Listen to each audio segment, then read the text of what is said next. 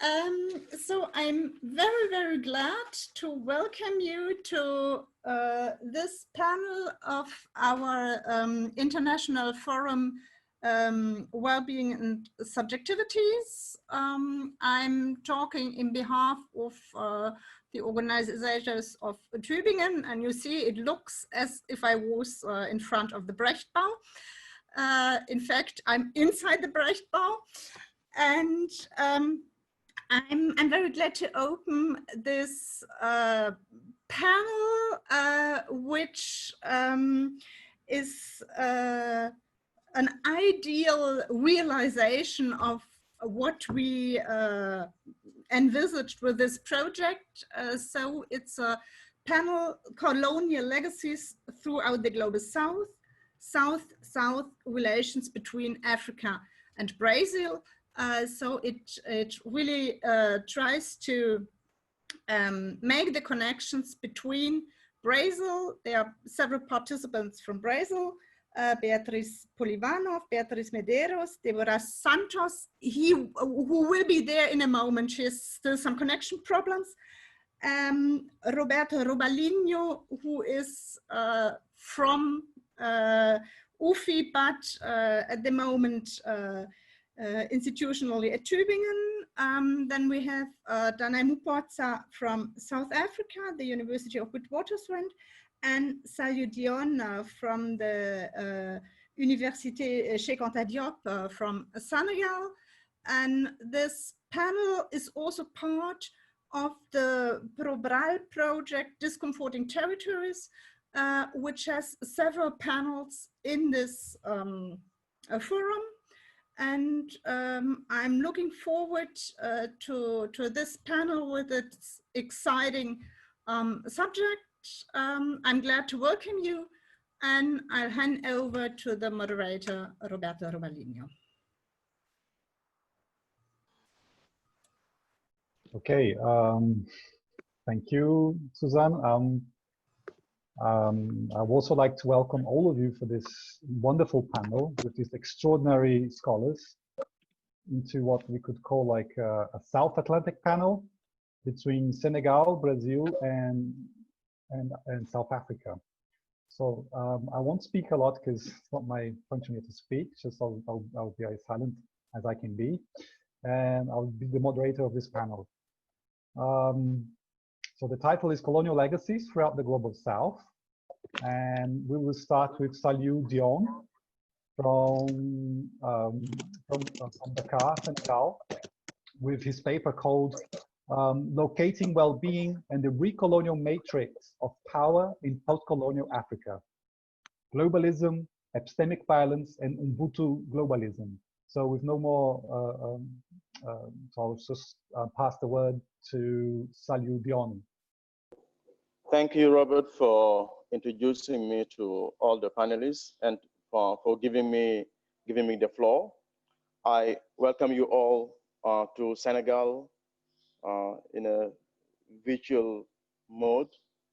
I would also like to thank all the organizers, the Global South Network, but also thank Beatriz for making this panel possible, for making this happen. I also thank her for all her effort to bridge the gap between Brazil and Africa, in which we have South Africa and Senegal. We have side of the world which actually are one, but they are just separated by the Atlantic because they share different historical experiences. And this sharing of historical experiences is going to allow us to look at to locate well-being and the recolonial metrics of power in post-colonial Africa, globalism, epistemic violence, and Ubuntu globalism. Now, this communication that considers the question of whether or not Africa is a subject or an object, whether Africa is a subject or an object in today's global village. It offers another line of thought on how the post-colonial well-being is related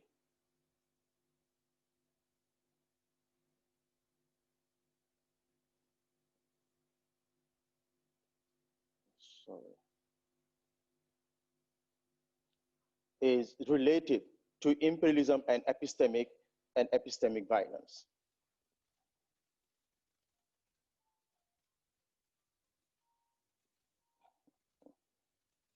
As well as how globalization is used as the third space for the subjugation of dominated subject and production of ill-being, while notion of violence like power or coercive power are often very ambiguous, in the same way that concept of non-violence and non-coercive power that are likely to pave the way for teranga, which is a wall of wood used in Senegal, and Ubuntu are usually also left vague. This paper examines how forms of violence share certain basic epistemological characteristics in the economic, cultural, and political apartheidization in globalism, the thwarting people's aspiration to psychological, economic, political, cultural, and social well-being. This grouping strategy, created on purpose for the sake of domination and control, require an epistemological dimension of violence for the dehumanization program of today's global imperialism, wherein the human and human binary becomes systemic. Though a critical analysis of today's globalism, which is informed by strategies of exploitation, force dependency, and marginalization as direct expression of epistemic violence, the communication also considers aspects of subjectivity that may be employed to counter the recolonial metric through an Ubuntu globalism, teranga, Ubuntu globalism politic, rhetoric, mindset, and lifestyle.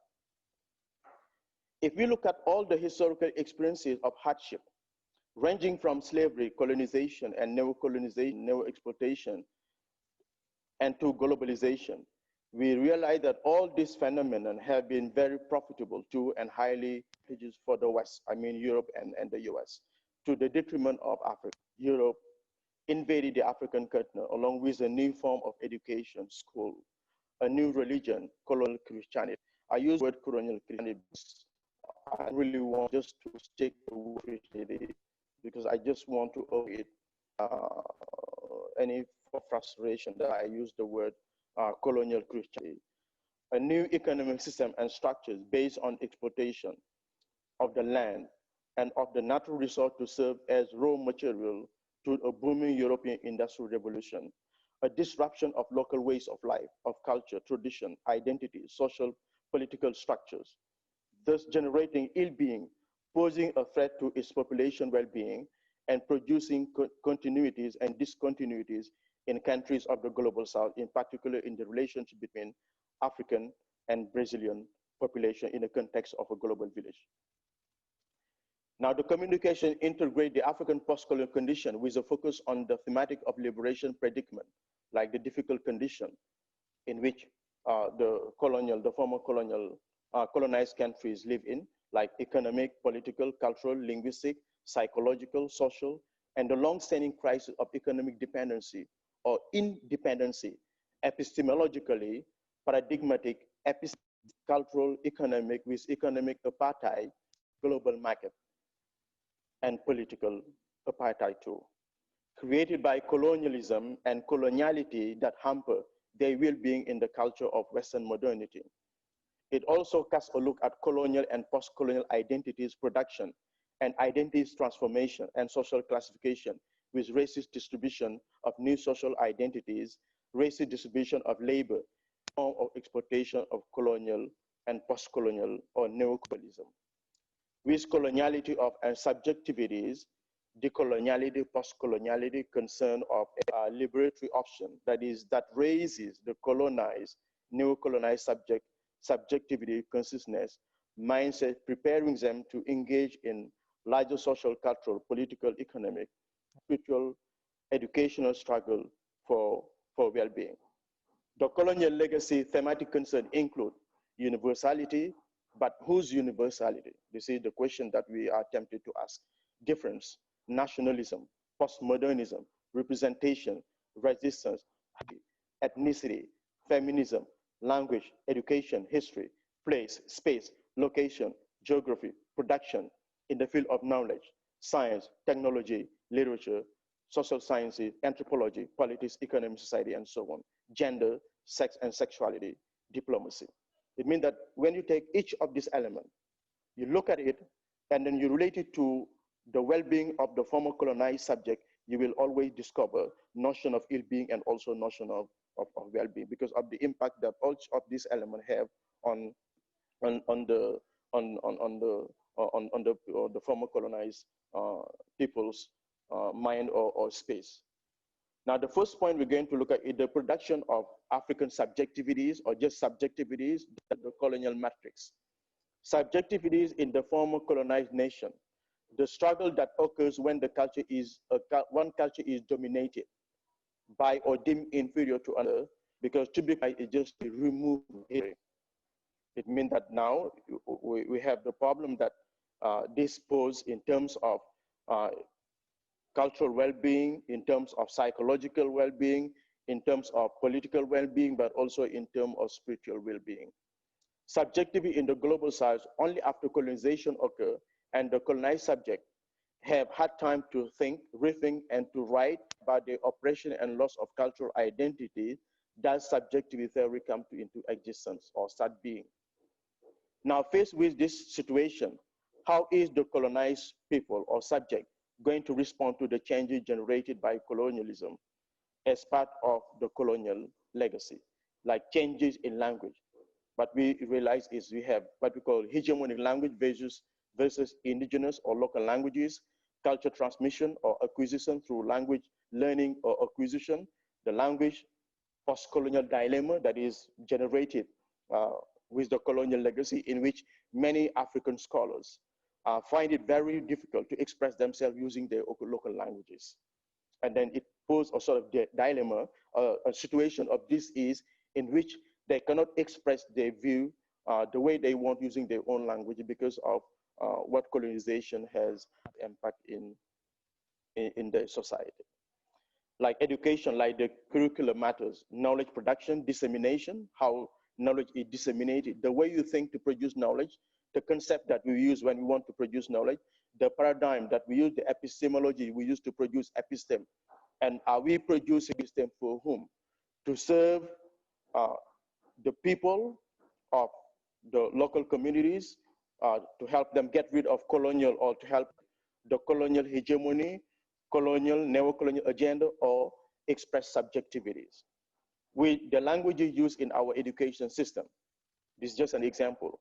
Are we also able to think and produce knowledge in other than the Western languages, like a situation that has produced a post-colonial linguistic dilemma, or posing a situation when it comes to using a language, or when it comes to making option between using one's own local language or using a foreign language, or using a language acquired through colonization. Then in doing so, are we reinforcing Western generalist otherist construction of African or people of global South, of the global South?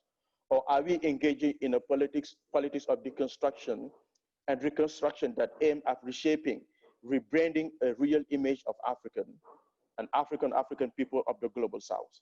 The roles played by Africa and African in world history, science, technology, philosophy, mathematics, astronomy, religion, politics, like when we look at ancient Egypt, with Africa being the cradle of mankind, instead of building a historical well-being rather than a historical ill-being or dis-ease. When we take the notion of race, what we realize is we have what we call race differences. Because I remember now people, the notion of the debate on race is really going on. When we go to Cheikh Anta Diop's writing, who is one of the greatest African scholars who bear the name of my, my university is named after him. He said that the notion of race does not exist. What exists is human being. That race is just a construction. When we talk about black race, white race, or whatever, it's just an invention construction, but there is only one race, which is the human being. Now, establishment of racial categories like that has generated discrimination, segregation, immigration, how hegemony is built up based on race, inferior race and superior race, with the emergence of racist group, populism in the West. Africa needs a visa to Western. Just give an example. who are from Africa, you could go to any UN camp, now you have to have a visa.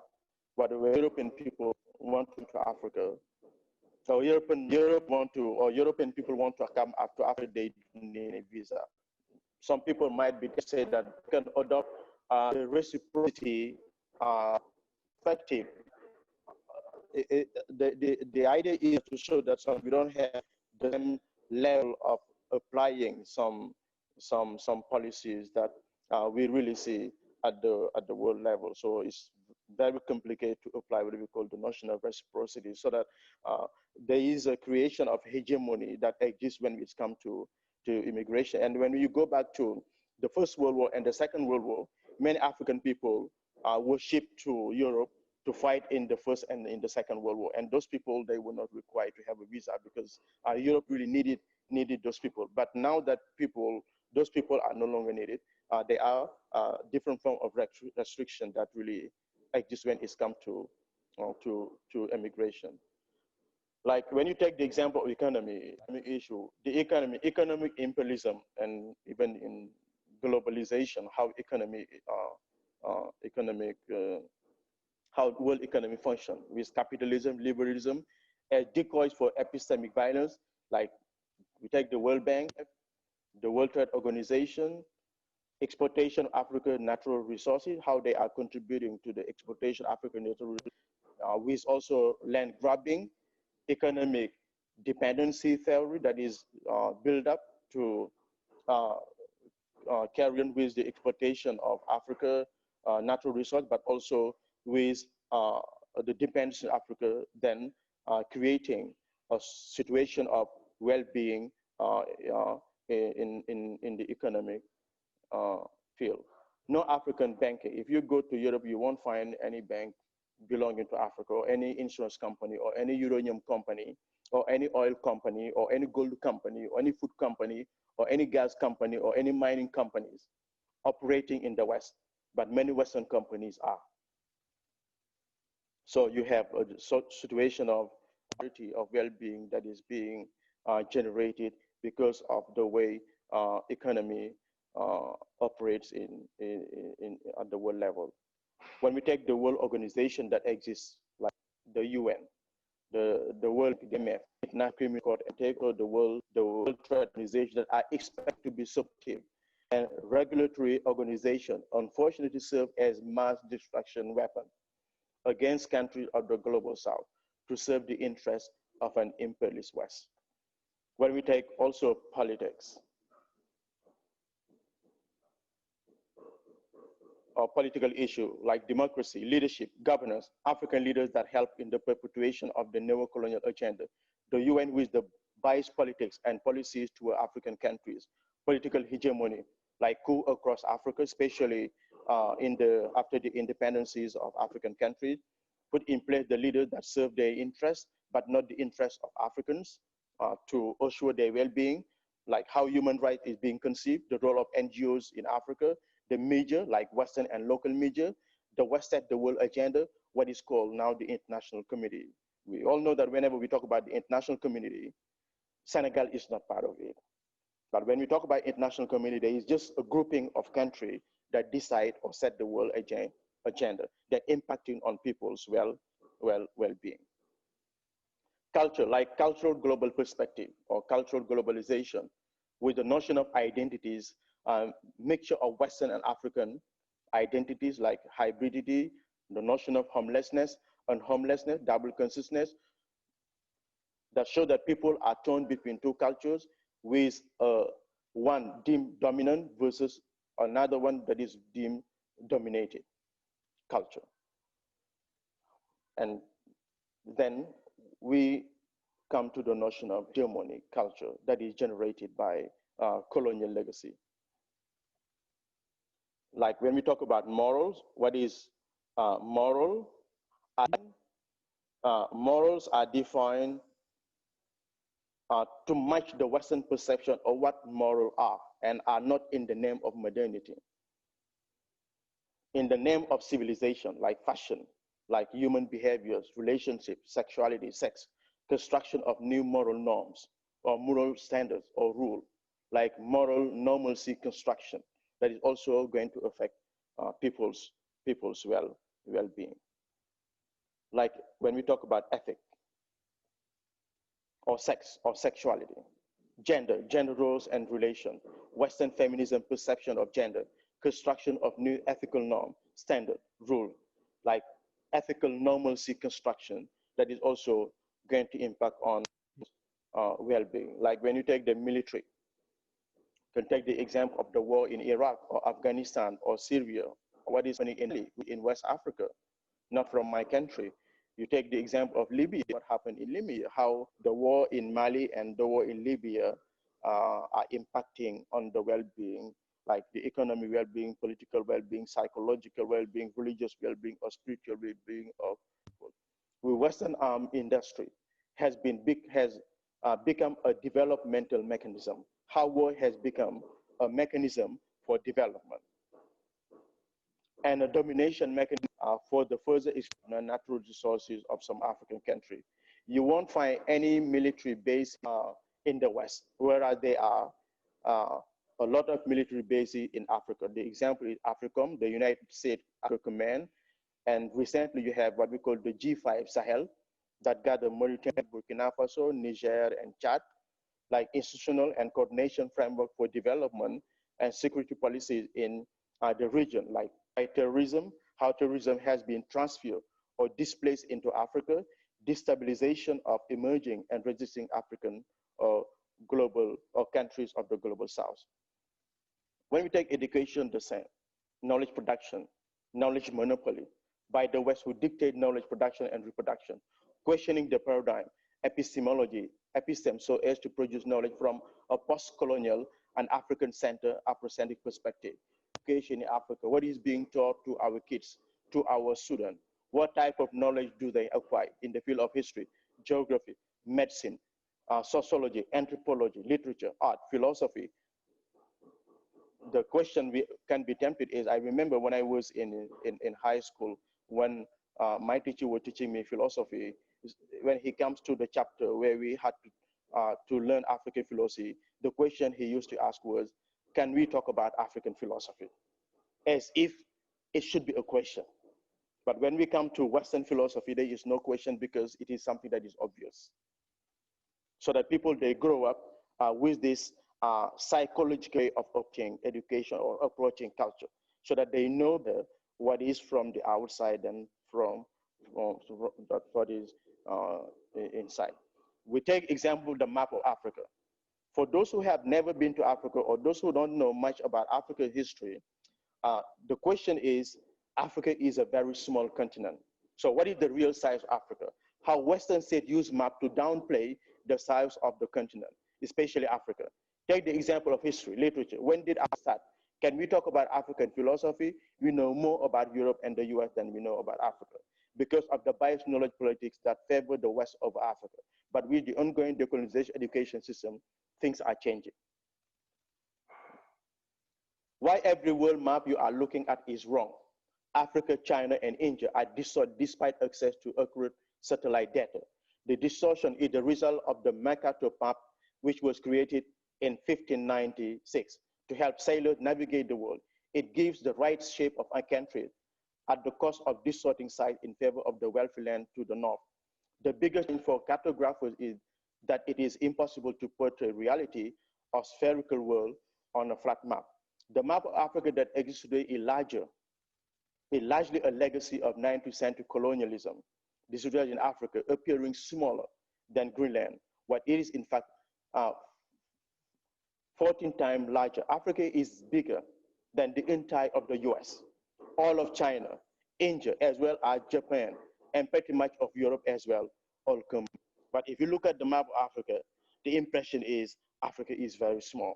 Then someone learning geography is going to grow up with this and then installing a situation of ill-being in his mind. History, which history of Africa do we learn? Absolutely, teach our university.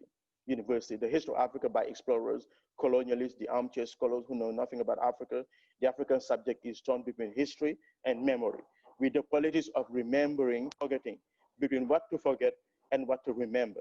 with the politics of naming, misnaming, and renaming as they look to reconstruct their past. What we know about African and what was said and produced about Africa is based on essentialism, generalization, totalization, worlding, and centering. Then are we acquiring knowledge to contribute in perpetuating a neo-colonial agenda or to serve an African developmental and identity agenda for population, for the population well-being?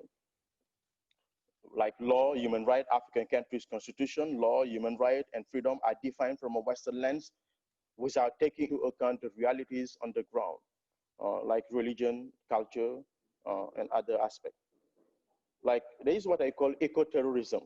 What I call eco-terrorism is different from the form of terrorism that we have, but it is related to the exploitation of African natural resources, the destabilization of rich African countries for economic reasons, like land grabbing, which I call post-colonial eco-terrorism, especially with those China and sometimes with India, which really impact on the population economic well-being. Like take the example of the resources, the environment, the destruction of the environment to exploit African natural resources, exploitation of Africa's rich seas and marine resources, the fauna and the flora for the West to the detriment of the local populations or the rural population who are confronted with problem of well-being. We have geography, like place, space, and location, post-colonial geography, time, space, post-colonial imagination, urban versus rural spaces, the disparity that exists between the urban areas and the rural, or if you want, the adoption of a sort of hegemonic well-being between the rural population from the rural area and population from the urban area. The environment, migration, displacement, climate change, toxic waste disposal. Take the example of health and wellness. Dependence Africa subject on pharmaceuticals for their wellness. We have the AIDS pandemic, WHO predictive discourse of catastrophe of over 3 million deaths, COVID-19, which is yet to happen with more others. Now, molding initiative and setting up a continental organization and sub-regional and regional organization. And this is related to Africa's subjectivity to nations' well-being. We have African governments set out to unveil approaches which they believe could be relevant to their population need, aspiration, and well-being. This tremendous Pan-African well-being, what I call Pan-Africanist or Pan-African well-being, is visible through the economic community of West African SAGE, West African Economic and Union, the Southern African Development Community, Human Market in South Africa, African to for economic development and well-being. New partnership for African development is set to bridge the fundamental gap between and develop countries through massive and heavy investment. Like continuities and discontinuities, this is the next point. In countries of the global South, Africa-Brazil relation as subjectivity to the colonial matrix and to reimagine the global South beyond the colonial legacy. The path is a lot like the continuity view of development. Proponents of the continuity view say that development is a continuous process that is gradual and cumulative. The discontinuity view of development believes that people pass through stages of life that are collectively different from each other. This is the picture of Africa-Brazil relation. Relation between Africa and Brazil dates back to the slave trade, in which around 11 million Black African slaves were settled in Brazil and other parts of Latin America and in the Caribbean island, and is linked to the Portuguese Empire civilization, with large communities of African Brazilian moved back to the continent. The so-called Agudas in Benin, Amoros in Togo and Nigeria, and Tabon in Ghana, and to the Bandung Conference in the Cold War context. This historical experience account for the very strong African dimension in Brazil through genetic, cultural, such as folklore, music, religion, literature, and cuisine, and linguistic legacy, like the Alps. Both Africa and Brazil also suffered extreme exploitation under European in the post-1490 period. This similarity in historical experiences had developed some form of bond and sense of solidarity, what I call solidarity well-being between these two countries. I talk between this Africa as a continent and Brazil as a as a country. Because many people mistake when they refer to Africa. They say Africa as a continent, as a country, but Africa is a continent. They share similar view on international politics, and most of the time have common position on issues affecting relations between the global north and the global south in an ever-changing global context marked by power struggle. Africa and Brazil relations involve political, economic, cultural, and social dimension, diplomatic exchanges and representation, reciprocal state visit between Brasilia and leading African countries, establishment of income to foster cooperation and their population's well-being. Now, to conclude, Africa as a continent and Brazil as a country share to some extent a well-being fate, in which each is torn between a past, present, and future dilemma as enacted by their common historical experiences, linking colonial legacy to well-being enough to what extent well-being is based on categories along with race, geography, historical experiences, and the weight in the global economic, political, and social cultural system. This has also produced what can be termed the hegemonization of well-being, with hegemonic economic well-being, hegemonic political well-being, hegemonic cultural well-being, hegemonic social well-being, hegemonic psychological well-being, hegemonic spiritual well-being, as well as mythic and false well-being. Hence the need to favor Ubuntu globalism, or what we call Teranga globalism, Ubuntu well-being, and universal well-being for an egalitarian, an exploitation and domination-free world, insofar as there is what we call an interdependency well-being, meaning the well-being of the people in the north is dependent on the well-being of the people in the south. But the well-being of the people in the south is also dependent on the well-being of the people of the south. That's meant by interdependency well-being. And then if everybody understands this interdependence that exists, then it will be better and easier to work toward what we can call an Ubuntu globalism, Ubuntu well-being in a view of our daily interaction. The people from the two sides of the Atlantic, I mean, people from Brazil and people from Africa, aware of the ongoing power struggle, have produced counter-narrative of subjectivity to the colonial fix, which allowed them to reimagine their society beyond the colonial legacy for the true economic, social, cultural, psychological, spiritual, physical, artistic well-being of their people who are actually one, though separated by history. I thank you a lot for your attention. Thank you a lot. Okay, thank you, Saliou, for your. Thank you a lot, Robert. For your talk. I have not taken much of your time. No, it's okay. Well, now with no further delay, I should pass the word to. Sorry, I'm just trying to read my notes. But okay. I shall pass the word now to Danai Mupotsa from WITS with her paper called Mistaking the Territory for the Map. Okay, thank you. Danai. Thanks. Thanks so much to organizers of the panel. It's a very great pleasure to share and reflect with you. This is not really a paper, it's more of a reflection. I'm taking the title of this, Mistaking the Territory for the Map, from the long title of Sylvia Wynter's essay on how we mistook the map for the territory and re-imprisoned ourselves in our unbearable wrongness of being, of Desertre, Black Studies Toward the Human Project. And this is, I read the essay as the Jamaican theorist Sylvia Wynter, she, in the essay, looks to the history of Black studies in the United States. Besides its mainstreaming into liberal humanist traditions, Wynter's interested in the ways that these histories, or the histories of most of the practices of knowledge were a part of an oppositional worldview, what she calls the New World Order, after the event of 1492. Comes into perspective. It's a racialized onto epistemological order, and the event 1492 that produces the colonial world we inhabit, their knowledge habits are oriented around this. The making of knowledge within a Europe, other, or European native binary in the evolution of liberal monohumanism also has the effect of silencing Black people's voices from its epistemological order.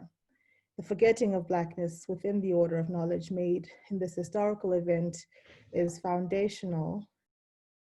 I need to not follow your mirror. I'm like, So I would like you to have the screen, but I would like to see my own screen. So, let's see, how do I do that? Okay. All right. Okay. So knowledge made in the historical event, foundational to a universal point of view, it's systematic, and it makes most of what we know intelligible, this forgetting. So in the background, you have got the poetry. I've just put some from the collection Corações, Deborah Garcia. In the background, it's a gesture to think Africa and Brazil. Garcia is a Brazilian poet, artist, and singer. And I met her among a group of poets at a festival in Maputo last year. And in the first session, I remember being quite struck as people yelled, "Black, Black," as a particular kind of call and response, and a kind of articulating, particularly for Brazilian group of Brazilian poets, about what it meant to be in Maputo at the time, to be thinking about movements in Brazil and kind of political movements on the continent in what was a Black intramural conversation, which I think is also the gesture in Winter's essay. What does it mean to read and to write? And in this case, we sat together one morning, for instance, a group of poets with young children, young school children, and again, and I'm quite familiar with Maputo, but I was not as familiar with the kind of critical Black public sphere of thinking through Africa and Black as these kind of interchangeable terms around which a kind of call and response, a kind of call of memory and of a kind of shared experience was being articulated. So that's why we have Garcia in the background in terms of how poetry allows a particular kind of narrative making of experience, but also with my attempt to do here, and then also was being lodged in my awkward, poor Portuguese in the context, but also to think about Lusophone and Anglophone intramural conversation, reading, writing praxis, what that modality might be. So my contribution to that conversation looks to two pieces of work of mine, in particular thinking about my location as a person who lives in a diaspora, and who, even while sort of also on the same continent, located in a discipline or non-discipline called African literature, around which a particular kind of narrative making praxis territory around Africa is both productive in the space, but also it's also broken all the time, and around which, and so part of the collection is my position in terms of praxis of teaching, of curriculum has been brought up, but also what it means to think Africa and Black within an intramural conversation like this across different territories of the Black world. And in this case, we would be thinking in conversation, I guess, this Black, this Africa, but also with Brazil. So I'm going to just read sections of these two pieces in terms of what this book of territory looks like when it's not the map. And in the first, it's from a piece called Stammering Tongue. It's a co-written piece, and the tongue is a particular kind of production of where speaking together doesn't mean that we say the same thing, or that there may be breaks in the speech, or that there may be, the stammer implies that meanings are not always evenly distributed. So intention and what's received is not always evenly distributed, but which is not to say that there should be no condition for speaking together. And companion in that was also thinking through a recent configuration of Black space and time, which is The Wake, out of Christina Sharp's recent book. I write, well, rather, it's from this place that I would like to consider the wake, what Sharp offers us as a problem for thought, of thinking as caring, or of work that insists and performs that thinking needs care. From this premise, In the Wake opens with a personal account of Sharp's life, and the personal here connects the social forces of a particular family's being in the wake to those of all Black people in the wake. And the personal in this book is offered through Sadi Hartman's notion of autobiographical example, which is to tell a story capable of engaging and countering the violence of abstraction. The Wake, as I hear Sharp, presents us with a set of temporal relations against the geography of national time. For instance, when Sharp writes that in the wake, the past that is not past reappears, always to rupture the present. This statement is reminiscent of Phumla Gola's attention to how collective memory is made and used. As Gola adds, the relationship of historiography to memory is one of containments. History is always part of memory, while history delineates a certain kind of knowledge system within the terrain of memory. I use remembering through Gola's visit of Toni Morrison's play with the word memory, reassembled in Morrison as rememory or memorying, where events and knowledges are memoried, remembered, and rememoried. Morrison's word range implies a much wider field than simply collection, recollection, and recalling, and it's in itself a commentary on the disjunctions between memory and history, working as it does not only against forgetting, but also what Gola calls unremembering. So country game is something I grew up playing with my cousins at my grandmother's house. My sisters and cousins and I would draw large circles in the earth with sticks under the avocado tree, playing for hours, competing with the names America, Russia, China, Brazil, Zambia. Gogo would shout for us to play more quietly since the large tree stood adjacent to the back rooms where her lodgers lived. I'd forgotten about this game until I was teaching Novala Bulawayo's novel We Need New Names in an undergraduate course on the ways that power appears or is performed in post-independence Africa. The novel is told from the perspective of children in an unnamed country that looks a lot like Zimbabwe, where I was born. The protagonist, Darling, and the other children named Bastard, Chipo, God knows, Swo, and Stina, have been moved into an informal settlement called Paradise, giving the reader the sense that this book is set in Zimbabwe against the backdrop of Operation Mramba Trina, when in 2005, the government cleared people out of urban areas from their homes and businesses in an effort to clean up the cities. There's a historical precedent for operations like this from the colonial period. So rather than to view this as an event, it seems better to consider Operation Mramba Trina as a status unto itself, continuous with the logics and ongoingness of settler colonialism. The children now live in shacks in Paradise, and they talk about the futures they imagine as they steal guavas to eat from the neighboring suburb named Budapest. Now, Bulawayo's novel was received some criticism because of the ways that she represents the crisis in Zimbabwe, and in particular, in the ways that the perspective of these children and their language is framed. For example, Silindi Westbanda goes as far as saying the novel relies on racist stereotypes of Black abjection.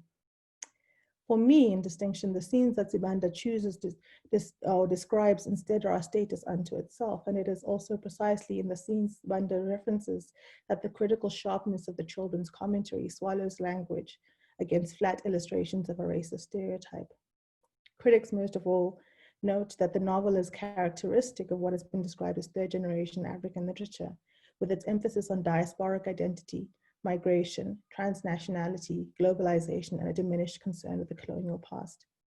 For Madhu Krishnan, it's not a severing from the colonial past or a lack of national commitment as she understands it, but rather that this generation of writers presents us with a plural space of national commitment and a variability of modes of engagement with the imagined community of the nation.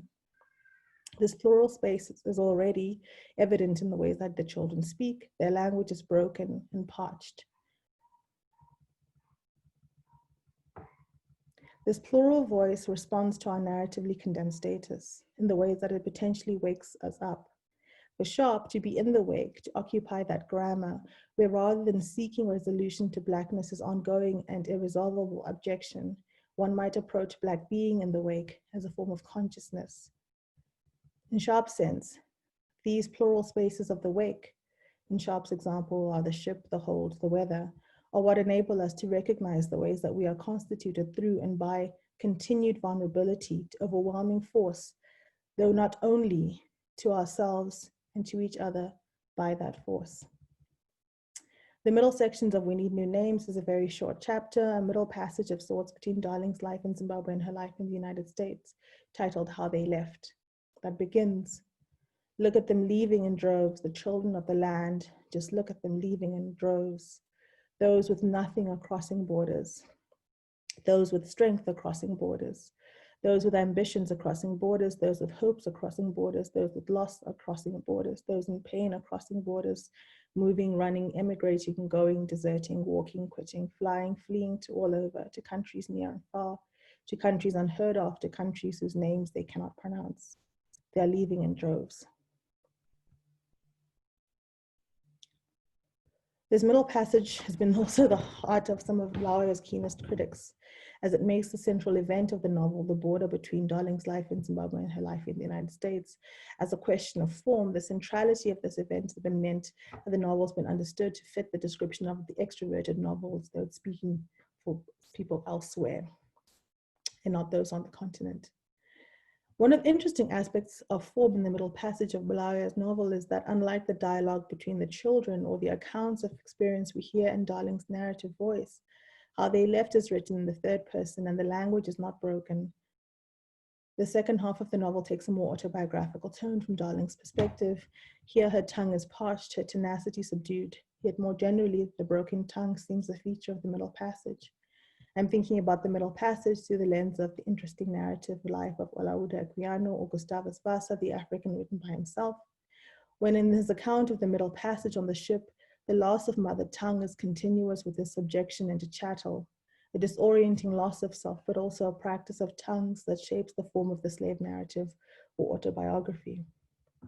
As Lisa Lowe contends, the relationship between liberalism and colonialism produced literary and cultural genres, and the autobiography and novel are they both play this important work in mediating and resolving liberalism's contradictions. The autobiography, as Lowe notes, is the liberal genre par excellence. While articulating the loss of freedom, the loss of tongue, Olaudah Equiano Gustavus Vasa's narrative stylized the so-called transition from slavery to freedom and dramatized a conversion from chattel to liberal subject that once negotiated the voices of abolition and slave resistance and mediated the logics of coloniality in which trade in people and goods connected Africa, plantation Virginia, and colonial West Indies, the metropolitan England. It exemplified a fluency in the languages for defining and delimiting humanity, from liberal political philosophy and Christian theology to the mathematical reason necessary for economy, trade, and navigation. The narrative achieves this, but also presents moments of metalepsis, which are moments where there is an interruption of one time by another, when there is a transgression between the world in which one tells and the world of which one tells. Lowe's analysis is the present time place of Europe as she maps the emergence of an Anglo-American empire in the work's examination of the relationship between Europe, Asia, Africa, and the Americas. In the chapter The Hold, Sharp draws the connection between the tongue and the middle passage through her reading of M. Nobisi Phillips' book, Long Poem Zong, which retells the story of the 150 Africans who were massacred on 29 November 1871 by order of the captain of the ship named Zong. On the ship, there is a failing, ripping apart of language. Language has deserted the tongue that is thirsty. It has deserted the tongue of those captive on board because the slave ship Zong, whose acquisition of new languages articulates the language of violence in the hold. The tongue struggles to form the new language, the consonants, vowels, and syllables spreading across the page. Language disintegrates. Thirst dissolves language. So I just want to use 3 minutes in thinking about the practice of language and that kind of failure and that condition of loss in relation to then a praxis of, or thinking about that relationship of loss as not an absence or not creating or constituting an absence of forms of knowledge or Black social life, but producing different conditions around which a kind of intramural reading, writing praxis can be produced. And by this, I was reflecting on a practice I did in a class on Black diaspora, an introductory class. And I wanted to, the way I was taught in an intro class to Black diaspora was my professor asked me, is there a unique Black experience? And I've carried that question on into different versions of courses, Pan-Africanism and Black diaspora courses. And so one of the ways, instead of asking the question, to do this once was to then pour libation. And so it was a very last minute thing that I did. And I asked a student of mine to please bring me some liquor, and we have this half bottle of wine. And as class starts, I talk briefly about the concept of diaspora and then wanted them to think about other ways or sources of knowing.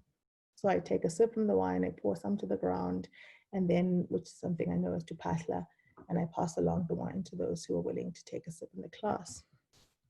The intentions here happen at the last minute, wanting to include a ritual that offers an embodied form of knowing that disrupts the normative practice of the classroom and brings our bodies and our memories into the space. And it kind of disrupts the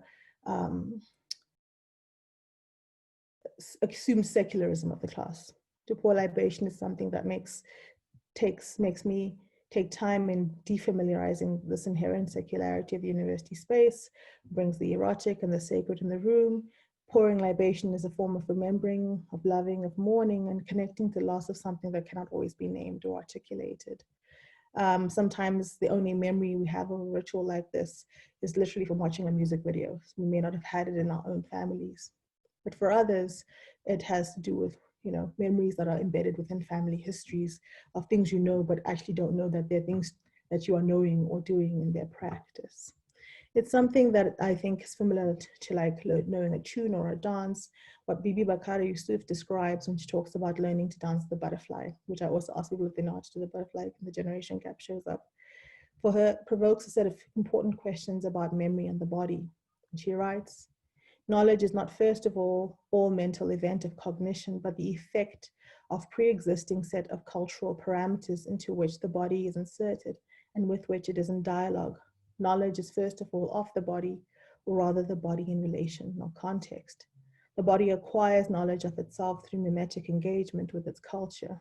Such mimetic acts unfold a perpetual reworking and renewal of pre-existing patternings. After the perpetual renewal, the body composes its own motile narrative, which allows it to interact or dialogue with the world as an agent in and out of history. In that first instance, then, we do not know the body, rather the body is what allows us to know. I think I'll conclude there. I had more to say about the concept of freedom, but I think we can have that in the discussion. Thank you very much.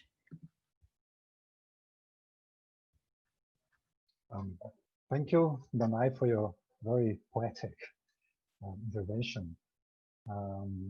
And I will pass the word now for three panelists who will deliver a talk together. Just like to remind you that towards the end of this talk, you can already start writing down your questions. There is in the bottom a Q&A icon where you can click on that, and then you can write a question down, and we'll hopefully be able to address panelists to answer the questions. So I will pass the word to Beatriz Polivanov, Professor Beatriz Polivanov, who will address us with a talk that it's called Cais do Valongo on Instagram, its comforting and performatized territory. Beatriz, she will talk first, and then after her doctoral students, Beatriz Medeiros and Deborah Santos, will conclude her presentation. So Beatriz, please.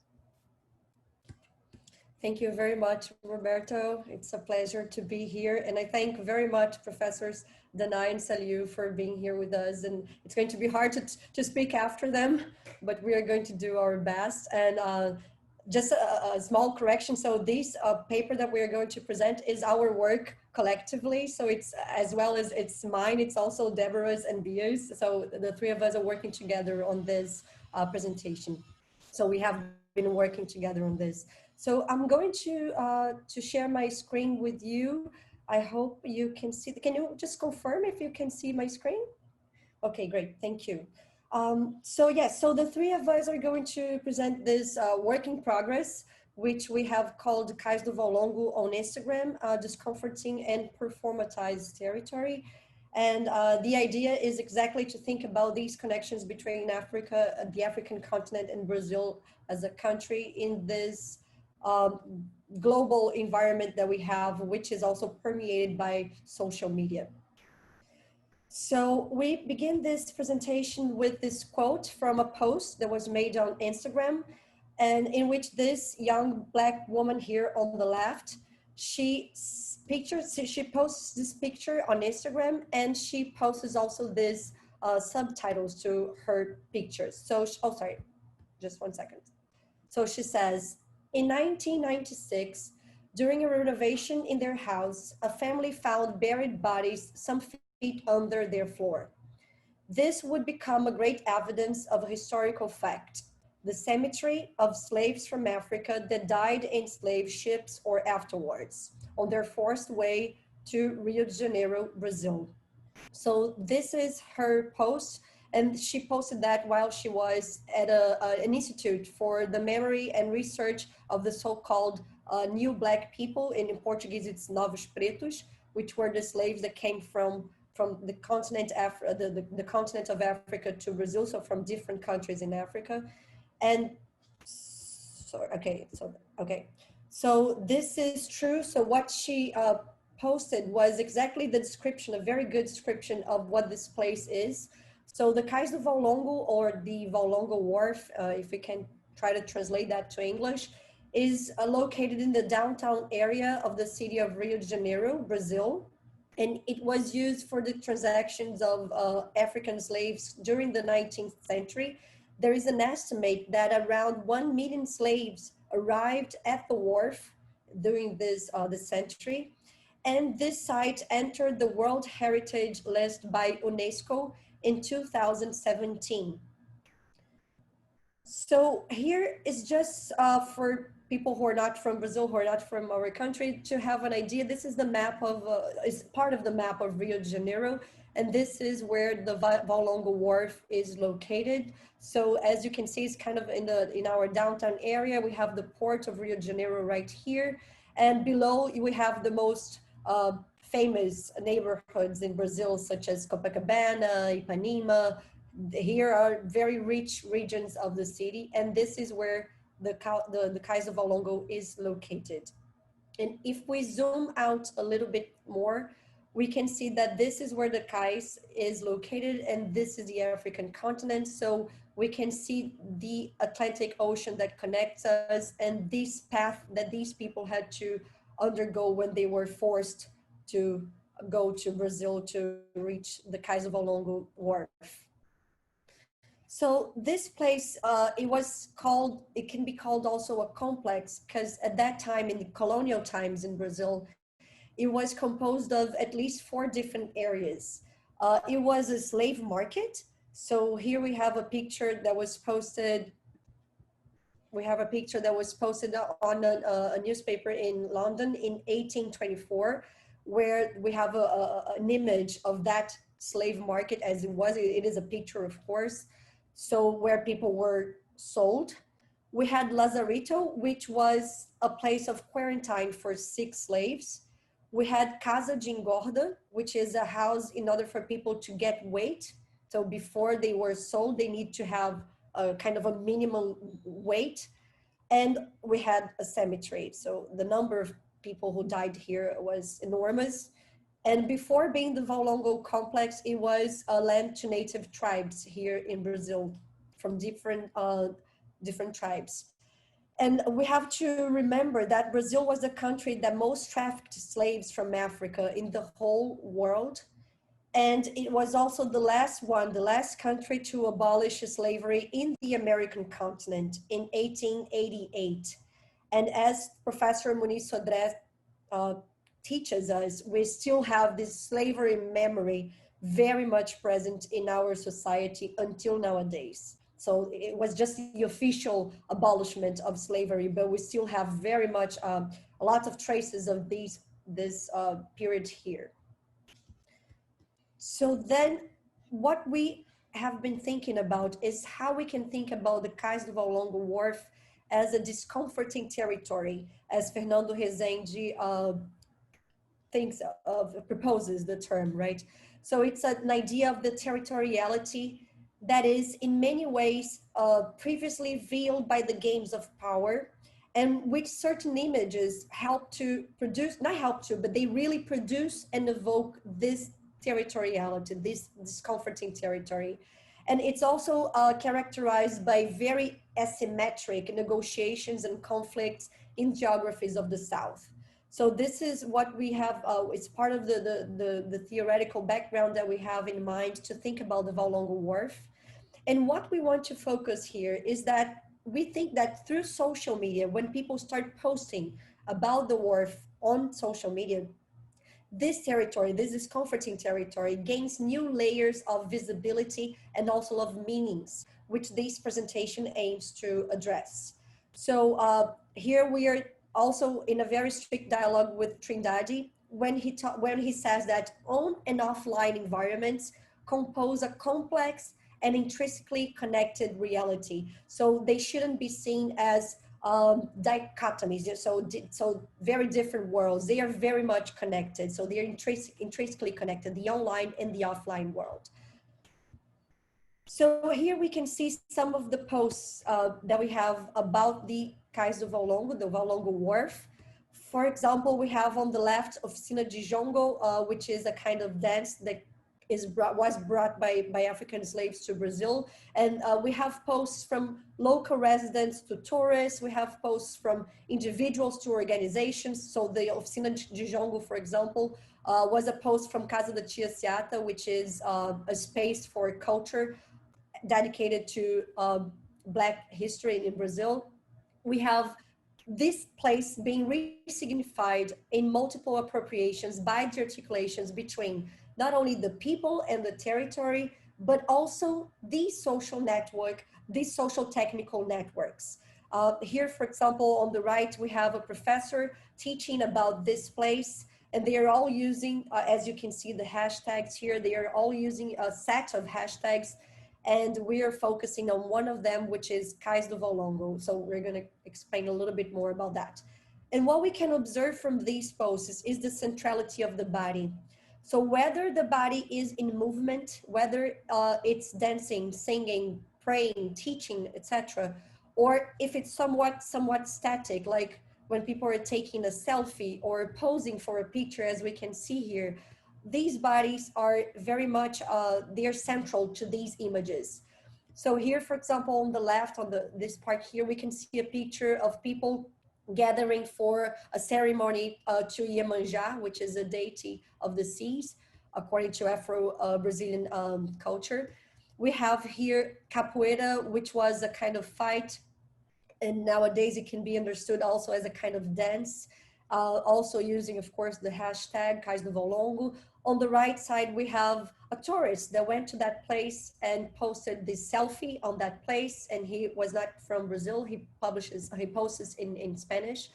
And here we have a couple that decided to take pictures for their baby to be born on the site, so at the Cais do Valongo Wharf.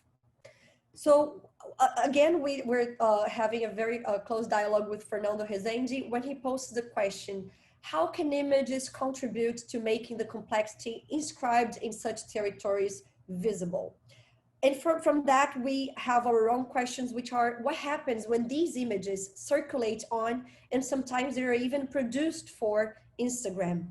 And also, what roles do texts, such as the subtitles of the pictures, the hashtags, the comments that people make, what roles do texts also play in these posts? So very briefly, last year, we started mapping the presence of the Valongo Wharf online. So we searched for the Google Trends, we're using the keyword Cais do Valongo. We searched for on Twitter, we searched on Instagram, we searched on Facebook, we searched on YouTube, always focusing especially on the hashtag Cais do Valongo. And what we observed was here on Google Trends, for example, we had a peak of posts using this hashtag in 2017, which was the year in which this territory became a World Heritage by UNESCO. We can see the same thing here on Twitter, 2017, a peak of people tweeting about that place using the hashtag. But after that, we have a descending curve. So people start to post less and less using the hashtag, except for one place, Instagram. On Instagram, we observed that even after 2017, people are continuing to use the hashtag, continuing to post about this place, and this is an ascending curve. So this work is very much focused on Instagram. And in terms of methodological inspirations, we are in a close dialogue with Fabio Malini's work, where he proposes a perspectivism method for social media analysis. So he was inspired by the Brazilian anthropologist Eduardo Viveiros de Castro, who worked with Amerindian tribes here in Brazil. And also he's inspired by Bruno Latour, a French sociologist. So the perspective from Eduardo Viveiros de Castro works is that the Amerindian perspective is that of the Amerindian perspectivism, in which the people, for being considered people, they don't have to be exactly humans. The idea of people not as a synonym for humans, but also from non-human agents, such as animals, for example. And the inspiration from Bruno Latour's work is about the actor network theory, when he thinks about the idea that entities and agents in the world are not only the human ones, but also the non-human ones, and we can include on that the social technical platforms. So we are looking at profiles on social network sites as people, not in the sense as exactly human beings, but human who are in contact and in relationship with other non-human agents. So we focus less on the individual, so the people that are posting these pictures on Instagram, and more on the networks, the connections between digital entities, the images and the texts, and in our case, via the hashtag on Instagram. And we are also inspired by visual ethnography, so a little bit of Miller and Synonymous work on that, in an attempt to understand how these aesthetics of globalization, they stabilized in different ways with the efforts of social actors that are located in various cultural contexts. And this comes from Melina Santos' work. So how these aesthetics of globalization are, if not stabilized, but how do they appear in different ways? So more than just a scenario for pictures or a representation of something that is real, we argue here that this place, the Cais do Valongo, that becomes a performatized territory in the sense of performance as deployed by Diana Taylor to refer to a way of getting to know a phenomenon. So we think about the performance as an entanglement between languages and their acting, the situations and context of appearances and the dynamics of visuality and fruition. So claiming that the performance is a way of getting to know something. It is therefore a field of knowledge. So it's not only that people are performing when they're taking those pictures, but by their performance or through their performance, we can understand the territory itself as a performance and as a way of us to get to know the Valongo Wharf.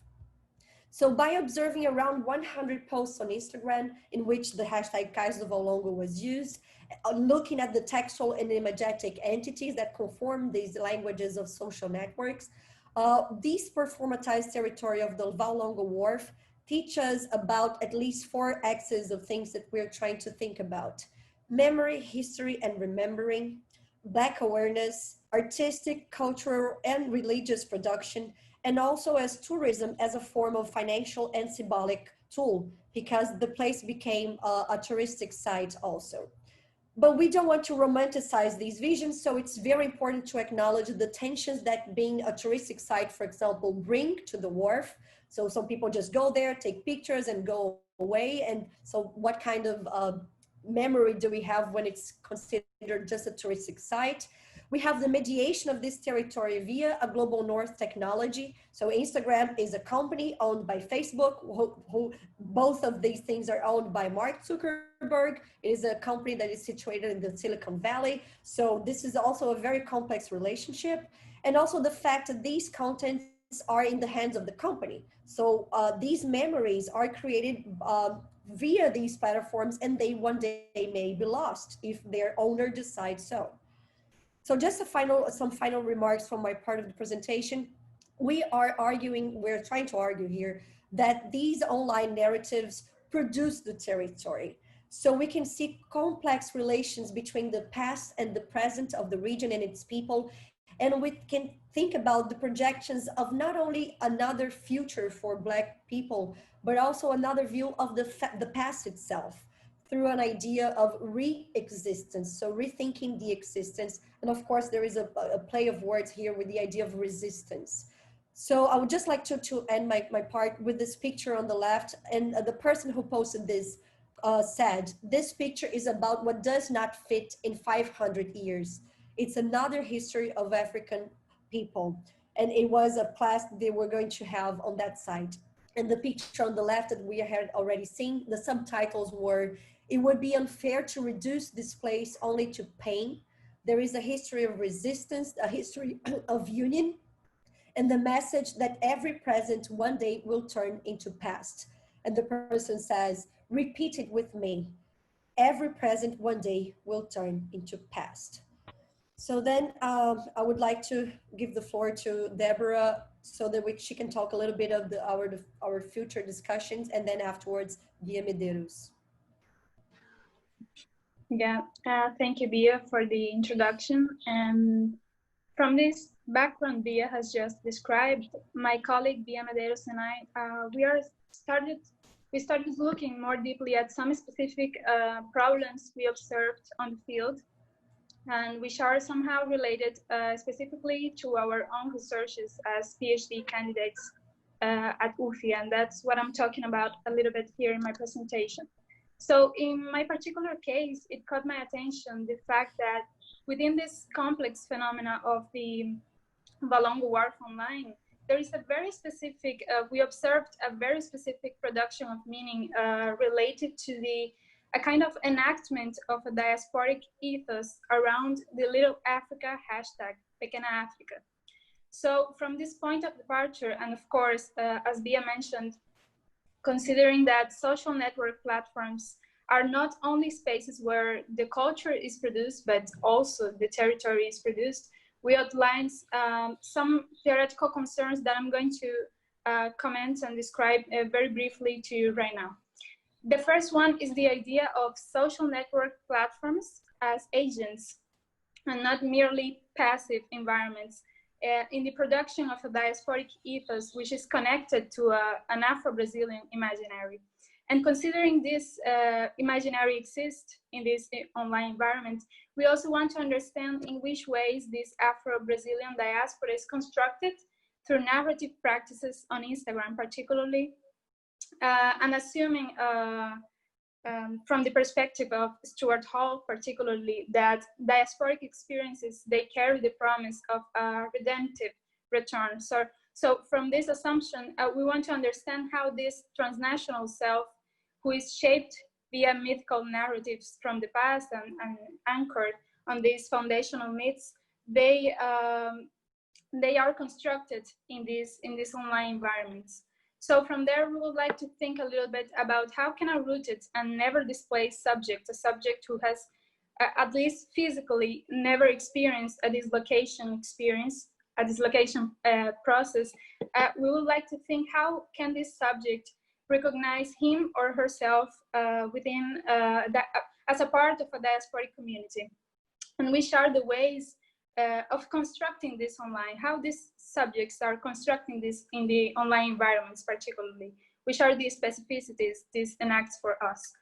And also we are very interested in the time variable as well, and at looking at how it is behaving before an object which conciliates narratively the past, the present, and the future, considering that it occurs in an environment which are the online environments, the social media platforms that which show the entanglement, the temporal entanglement, and the temporal collapse by itself. By definition, there are spaces where this occurs. So we want to look at this variable as well, And at this specific issue, we want to understand how are these return experiences, we are calling return experiences, being enacted and conciliated with the present time and the future as well. And finally, considering that Instagram, as we know, is a mainly visual platform, we want to understand how these images, these imagetic discourses are used as vehicles by the subjects to, for this diasporic collective consciousness to emerge online. So for now, that's what we have been captivated by, theoretically speaking, from this scope of the diasporical subjects and the diasporic communities, and around the Little Africa hashtag particularly. And now I would like to hand over to my colleague Bea Medeiros, so she can explain a little bit more on how is she immersing in this Valongo War phenomenon from her perspective and her own research, particularly. Thank you very much. Hello, and thank you, Deborah. Thank you, everyone that is watching us here today. So as part of the research, I focus my attention more on the, let's put it that way, appropriation of the hashtag Caso do Valongo at Instagram and the association people, and especially Black women, do of the image, Black culture, and the narratives of empowerment around the region of Little Africa and the Valongo Wharf itself. My interest started after the observation we made of the uses of the hashtag Caso Valongo on our online incursion. And I noticed a large number of people and professional profiles, such as the ones of photographers on Instagram, appropriating themselves of the hashtag. And many of those profiles seems to be trying to demonstrate more than just the Valongo Wharf as a touristic space, but also Black culture itself and the Black female self-esteem as a form of aesthetic power. So I propose the following question. How do Black women perform on Instagram when using the hashtag Caso do Valongo? To answer it, or to start a debate, I'm using the concept of Americanity or Americanidade, as said in Portuguese, that was first introduced by Brazilian anthropologist and one of the first academics to shed a light on Brazilian Black women representation, Lélia Gonzalez. Americanity is a political and cultural category to describe the popular and cultural actions produced by Black people in a diaspora context that can express acts of cultural decolonization. In this sense, I understand the hashtag Caso do Valongo as an Americanity that is endorsed by a digital ambient affiliation, a concept that is brought by Michel Zapavigna, created by the people that use it to express the pride and power of Black culture, Black female beauty, and therefore Black women's self-esteem. So a performatized territory in a way. To illustrate the data I've been analyzing, I brought 3 examples of posts that you can see here. And all of these use Black women as models of a form to show the re-existence of Black culture, as well as the notions of beauty that not always are connected with the Valongo Wharf, but is very much connected with the Black cultural pride.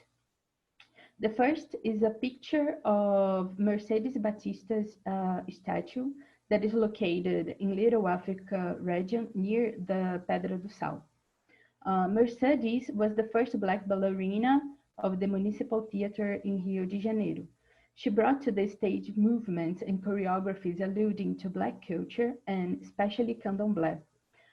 So she's a very important figure to the Black people and Black culture here in Brazil. The second picture is from a professional photographer profile that made a series in honor of Little Africa and the Valongo Wharf, with Black models wearing traditional candomblé and umbanda clothes. So he has a series of pictures with women all in black and white and wearing these traditional clothes. And the third post come from a personal profile that doesn't have an apparent relationship with the Valongo Wharf. But the woman in question makes the correlation because of her non-Eurocentric beauty, showing proudly her big hair, her dark skin, and black traces. This is a way I understand she demonstrates her Africanity, and she is reappropriating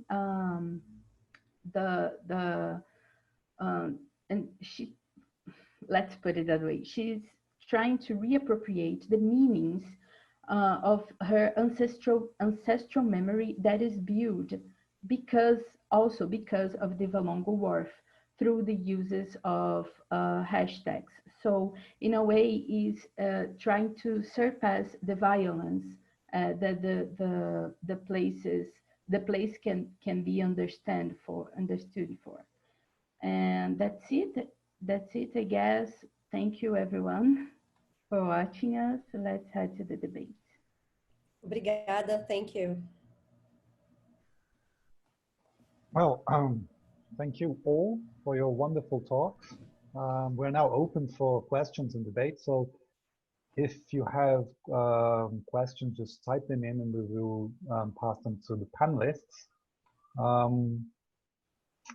have a question here, actually. So I have a question here from Suzanne Gomegou. She thanks for the contributions, and she wants to ask about the research on the hashtag Kaiser Valongo on Instagram. She asks, who are the people posting there? Are the people from Africa involved in this diasporic community, or is it uniquely diasporic? In other words, is there interest for it in Africa? And I would like to also ask a question to everyone, so I'll use my power as moderator. So following the Danai's provocation, or the poetic provocation of this idea that you can never set foot on Africa as a Black person, but carry Africa inside you, and being an African in Africa, carrying the diaspora inside of you, even though you haven't really left your country.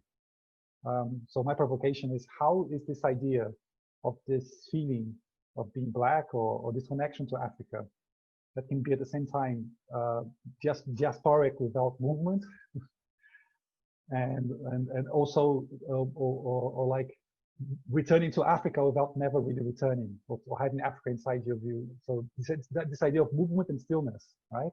So how is this? How can you think of this in Instagram? How can you think of this in the epistemic terms that Saliou Dione has brought us here? And how do you think of this in language, in writing this down, in producing this feeling, I don't know, this experience in words? So please, maybe you, Beatriz, Deborah, and Beatriz Medeiros, you can answer to them, and then we can have a round of you answering my questions. Okay.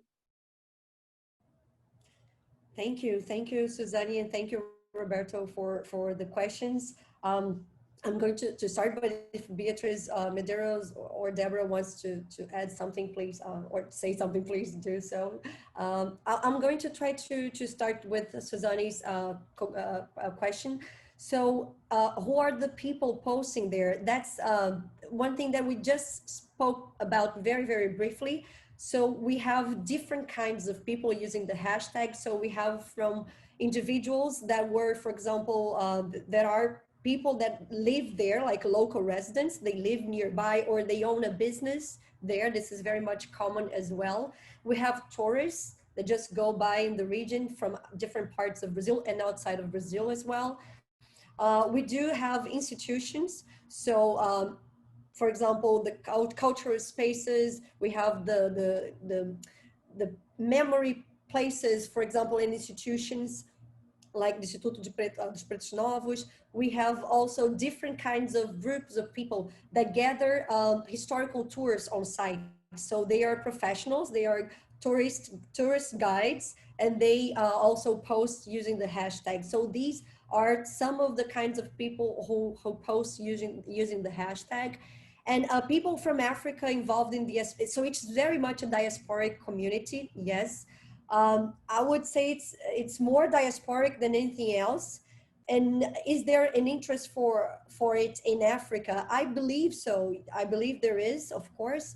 But I believe this is also a very much a space where people are talking about their roots. So Brazilian people who come from this diasporical movements from Africa, from different places in Africa, and where they can make their own meanings about their ancestors' history. So I think it's really more of a diasporic community and a diasporic territory than trying to be exactly a straight connection with people from different places in Africa.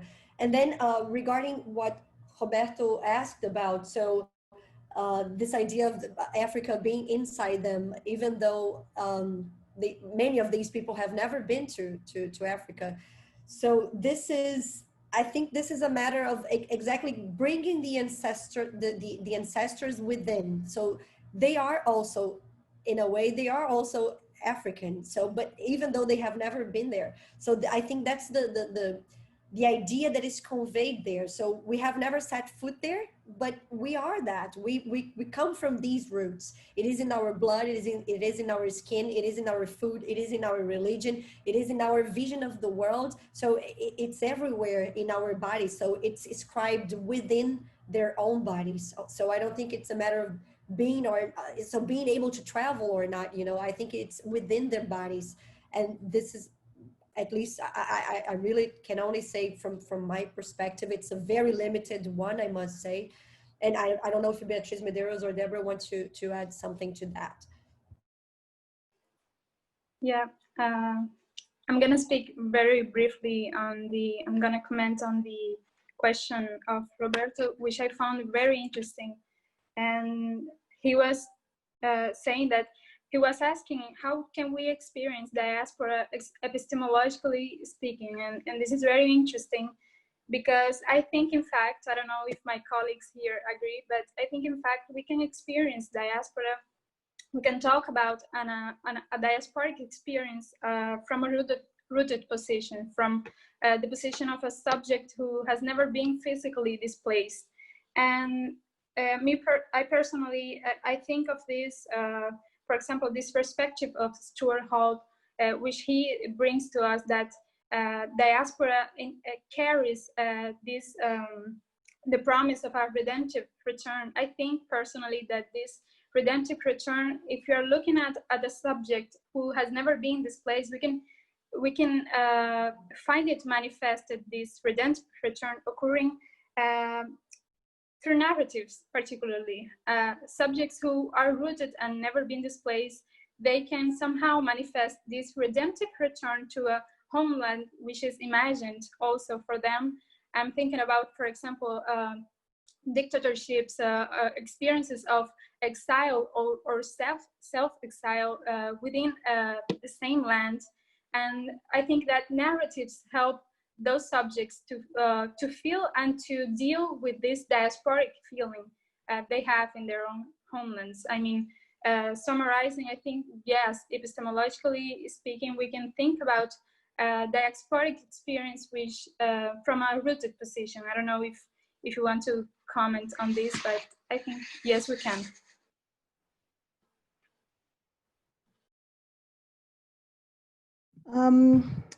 So I think, well, for the way that I'm using diaspora, I mean, I do live in a diaspora. I'm not a South African national. and so part of what I was thinking about is that, I mean, when someone calls, I mean, people don't grow up in their country calling themselves Africans. They later learn it's a particular kind of, it comes to signify something attached to many ideas of the world, including an ideal about the self. By the way of thinking of diaspora, particularly like coming out of Gilroy, where it's a kind of transaction between Africa and a North Atlantic, which many people have disrupted, has also meant that the territory of Africa intellectually, so as a site of intellectual production, of theorizing, has been evacuated out of Black diaspora thinking and theorizing, as though it's like only a place to go to or imagine, as opposed to a place of thinking.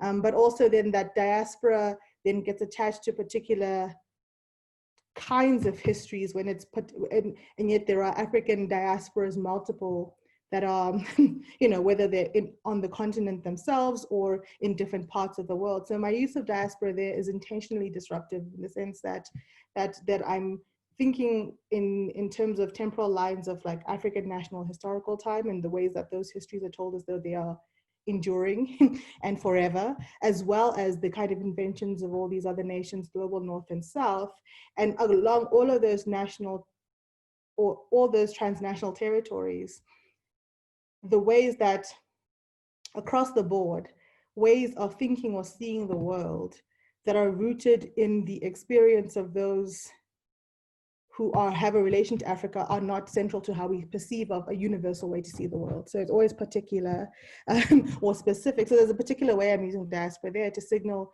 different lines of ways to interrupt, or what are the frames from which we think of what is universal or universally theoretically applicable to the world, and what is the experience of Black people in the world. And then the other part is then thinking, well, in that conversation, so to have the poetry is not to say, well, there's a neat agreement. And so even my non-translation was that there's going to be some conversations that are incommensurate. So some positions that when articulated between me and someone else, that there's going to be meanings that are not met. So even to translate either into English or take it from a Black Portuguese into a white Portuguese, because that would also be a level of translating her intentions and the meaning, that there are going to be breaks in meaning and intention, right? So if it's a conversation, excuse me, the conversation for me is then, what are the practices that we engage in, acknowledging that for those of us who are Black, who are trying to have a conversation with each other about Black social life, what are the ways that we can have a conversation without agreeing all the time? So even so that our positions may make us disagree, but also, or that there may be both roots like journeys that connect or produce particular sites of, or intensities or events, or but that even our experience of that can pass like this. What is a praxis of reading and writing together that produces a way of seeing the world that is not as violent as the colonial one or the monolingual one that would otherwise see Black experience as particular against everyone else's experience, or somehow or not.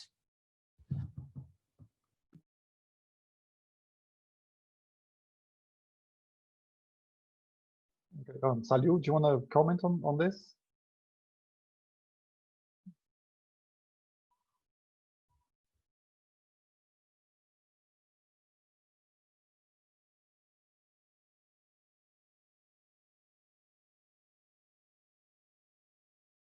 You have to unmute your microphone.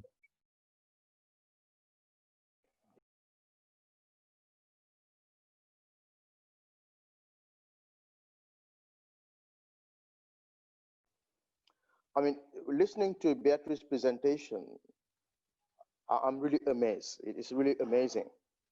And the first impression I have is just like I'm now in Brazil. And I think the importance of this is you locate it to the notion of what we call time and place.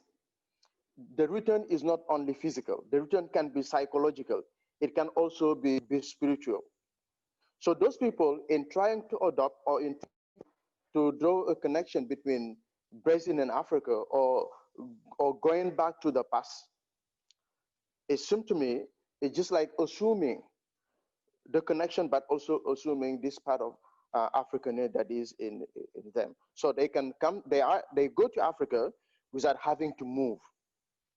That's what I call a psychological return or a spiritual return. So the return is not only physical, but it can also be spiritual or psychological. And I think that this way of assuming this connection between Brazil and Africa while being in Brazil is really fascinating to me, and it's really telling, and it's full of senses, and it's full of symbolic meaning for me, whether you take the body or whether you take other different elements. Okay, and this is also going to lead us to think of the notion of history and memory, what they want to remember and why they want to remember it, and what is the importance of remembering this, how this a remembering or this forgetting enterprise can contribute to the psychological being as people who are in Brazil, but who also have connection on the other side of the Atlantic, To me, it's really amazing. It's really fascinating. And being here,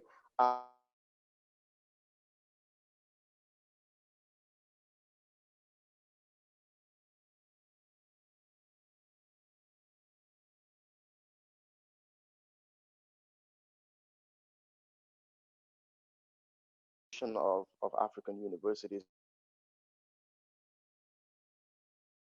really started with the change of the name of the university. But what is, if you look at, especially with the new generation of scholars that have really come, we can see that the curricula are being changed. I remember when I first came to the university as a student, I did not have any course on African civilization, but I had courses on American civilization and British civilization.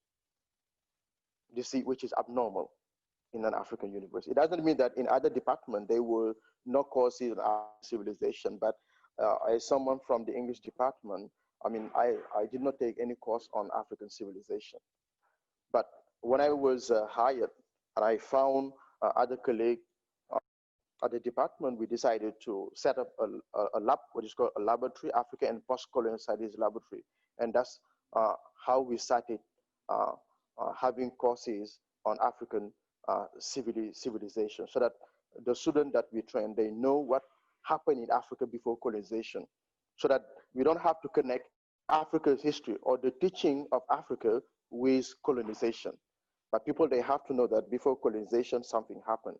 That African people, they had culture, they had a civilization, they had a language, they had a political system, then they had democracy, they knew about gender, they knew about feminism before. The decolonization is a process, but it's not over yet. But a lot has been done so far, and I assume that we still have a long way to go, because we're still using European languages to teach. We're not using our local language to teach. Even if in my university, you can take some local languages courses, but if you go to the high school or to go to the junior high school or the primary school, you cannot take any local languages courses. But at the university, you only have local language if you want. You just decide. I have learned Spanish for 7 years. I took Spanish courses for 7 years. But I did not have any Wolof course or any serial course. I can speak French, I can speak English. But am I in a position to express the ideas that I'm expressing now using my mother tongue?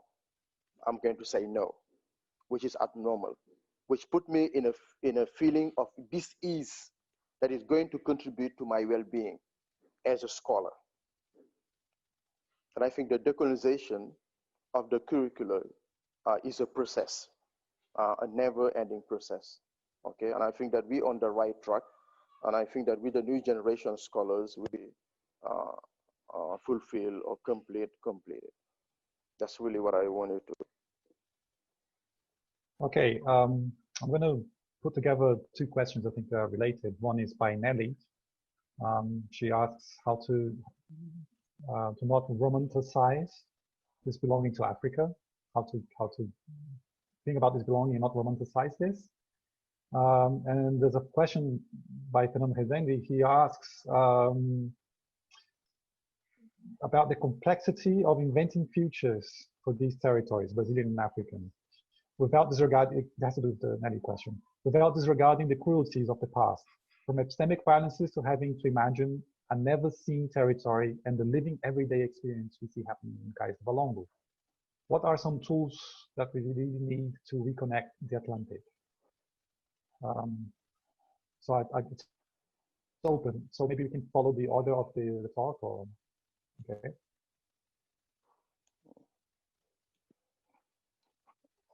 Okay, Roberto. Okay, I think that I have another question. The question is related to what I call the well-being fate between Brazil and and Africa, and then someone talk about, isn't it a sort of romanticizing? I think I don't believe so. I think the two sides of the Atlantic need each other, and I think they are really making stride in trying to improve the well-being of the population. Even if sometimes people, they say countries countries only have interests, they do not have friends. But I believe that the connection that exists between Brazil date back to the Atlantic slave trade. And then if we look at history, we can see that Brazil and Africa, they have had many common positions in the world, in diplomacy, but also if you look at the reinforcement of the diplomatic mission between Brazil and many African countries, especially the former Portuguese countries like Mozambique, like Angola, like Guinea. We can see that is something that is really real. It's not something that is abstract. But I assume that we still have, these countries have still a long way to go. I know that Senegal and Brazil have excellent diplomatic relationship, but it doesn't mean that actually all is perfect. No, but we also need to promote South-South cooperation. We cannot only believe in South and North cooperation, even if we have to assume that the South-North cooperation is also something that is essential because of this economic interdependency that exists between these two, between European countries and also African countries, and between Africa and the United States. But we also have to assume that it is something that is necessary for African countries to have relationship with Brazil, and in having relationship with Brazil with the aim of improving the population's economic condition, political condition, social condition. In this case, I can say that actually they are having what I call well-being trait, even if we can look at it as a way of romanticizing, but I really believe in it, to tell the truth. That's really what I wanted to say. It's something that is real. It's not something that is abstract, and we really see it. We have it. It's something that is real, and it was really reinforced with President Lula. Okay, and I remember some month ago, the president of my country went to Brazil, visited Brazil. I know many people who are here in Senegal who migrated to Brazil. Okay, and in Senegal also you have Brazilian. I have colleagues from my department who go to Brazil on a study abroad program. 2 years ago, a lady from Brazil was recruited in my university. Then you see, then it's not something that we are just romanticized, but it's something that is real. But we just need to improve it, to make it better and make it profitable for both sides of the Atlantic. Thank you, Roberto. Thank you, Roberto.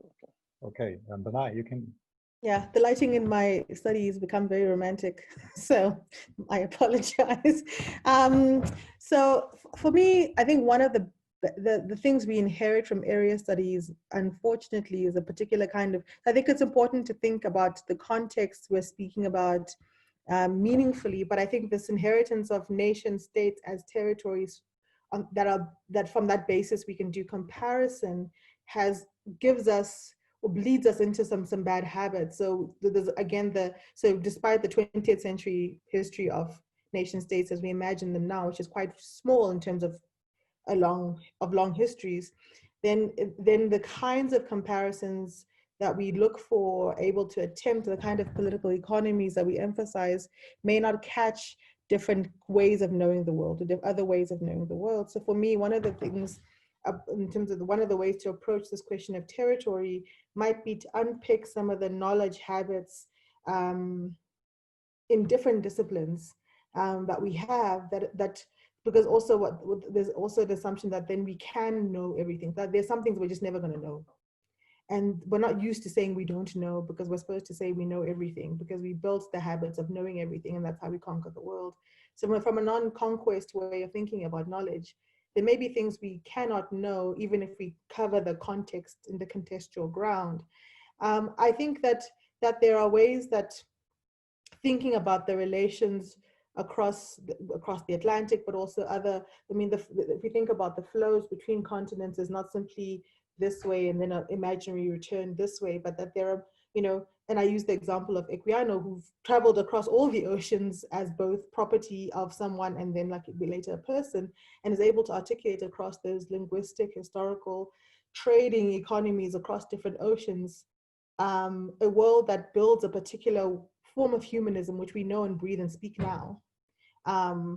But that way of knowing the world also made other ways of knowing the world, other circulations of knowing the world, whether it's in spices, whether it's how someone prepares food that you notice in one part of the world that comes up elsewhere, that shows up elsewhere, and it's not linear always. It's back and forth and then back again, and then this one, it's all those other senses of the world, or senses of knowing the world, experiencing the world, I think are not simply modes of resistance that colonized people have had just on like surviving this shit, but they also may be the intellectual resources that we need to begin a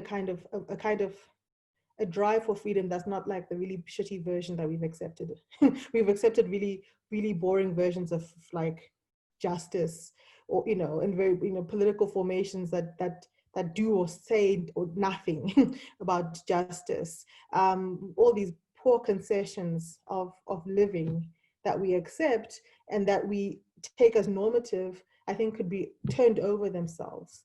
I agree that there's a way that an economy of selling Africa or Blackness or even Afro-Brazilianness is also part of what's produced here.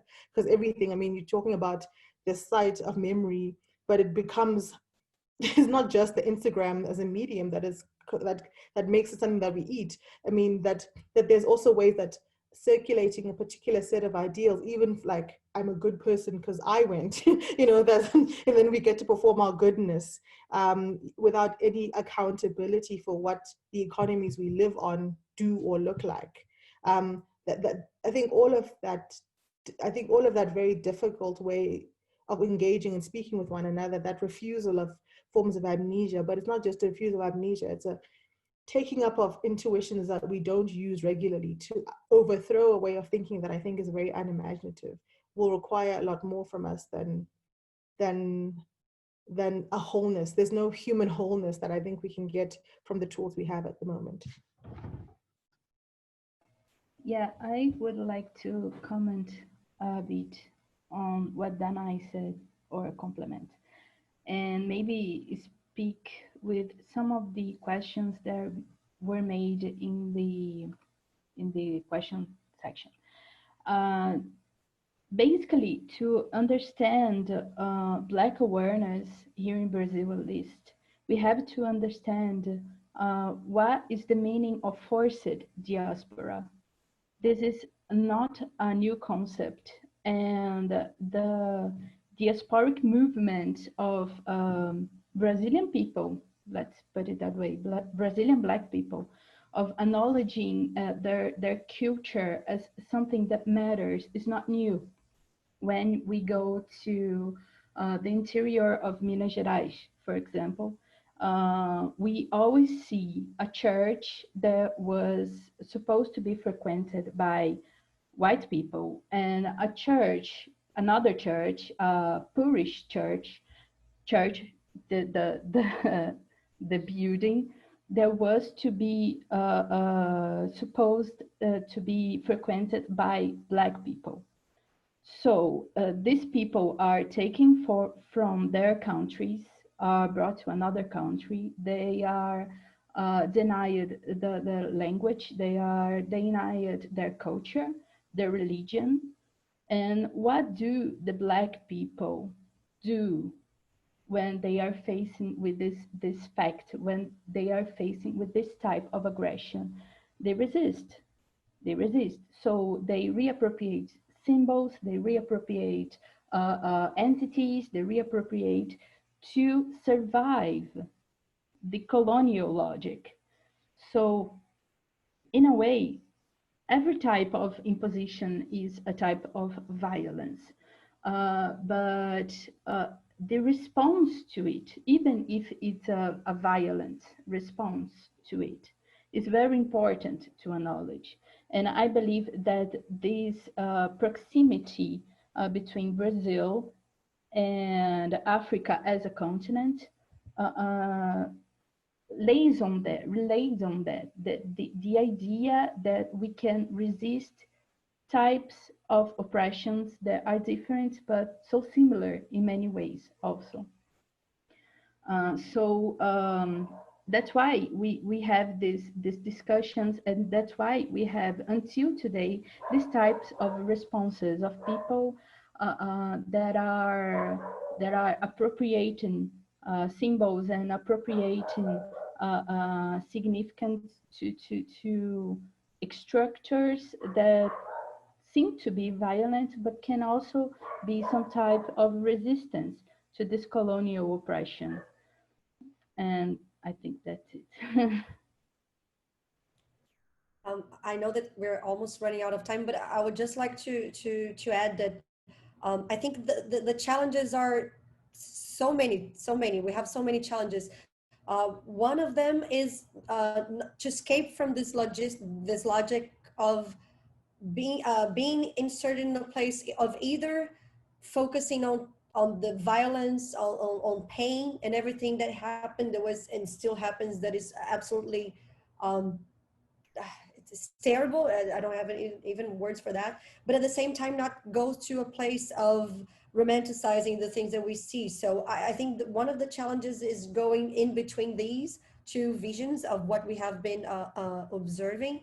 And the other one is we needed structural changes. I think we need, as Saliou said, we need epistemological changes. So we need to change curriculum. We need to change people that we read, people that we refer to, people that we quote. I think this is one of the first steps, and we need to change structures that are, for example, here in Brazil, racism is a structural problem. It's very much rooted in our society. So if we do not change this structurally, we won't be able to change it in any other way. So I think that's another big issue that we have, another challenge that we have.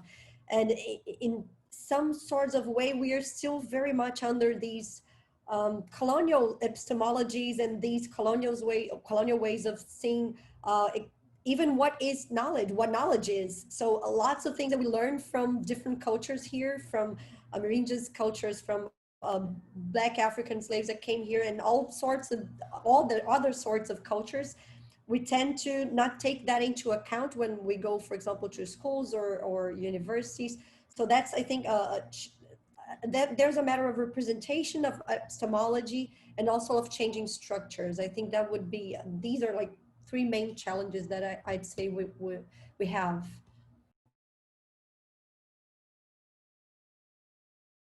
Okay, we're really running out of time, which is quite terrible. This discussion is really, really good.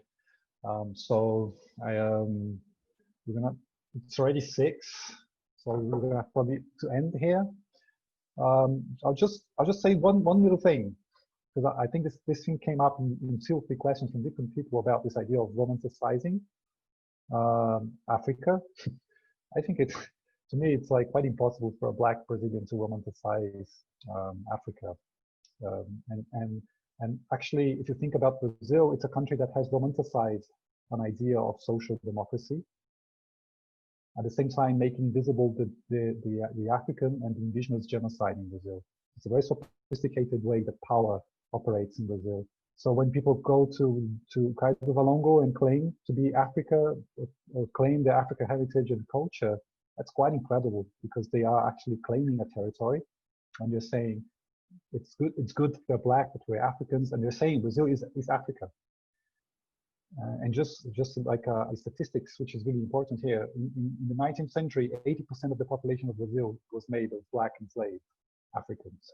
So it's the country with the largest Black population outside Africa, proportionally. And people don't think about that. So I don't know. I don't think it's really hard for me to even think about this idea of romanticizing. I don't think there's such a gesture. the questions are here. We can send the questions later to the panelists so they can answer.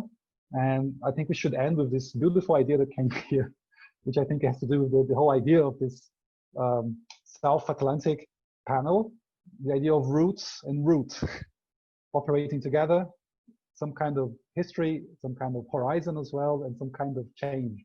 So thank you all, and go online on the site to see all the other panels that we have tomorrow. And I don't remember if Friday we have something, but on tomorrow we have many panels as well. And after you leave, there's a little Q&A, like 3 questions that you answer about the quality and technological aspects of this meeting. Okay, so bye-bye. Thank you so much. Thank you, everybody. Thank you so much, and I hope to keep conversations going. Thank you very much. Thank you. Bye. It seems to me that Senegal, Brazil, and South Africa should be more together because I mean, so many things. Yeah, definitely. Really, really, really good. Thank you so much, and thanks especially the organizers of this conference. Thank you, Beatriz, for making this happen.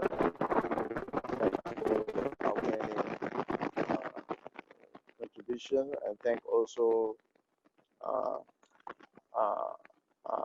Deborah Santos, and also Beatriz, and also Roberto for coordinating all this.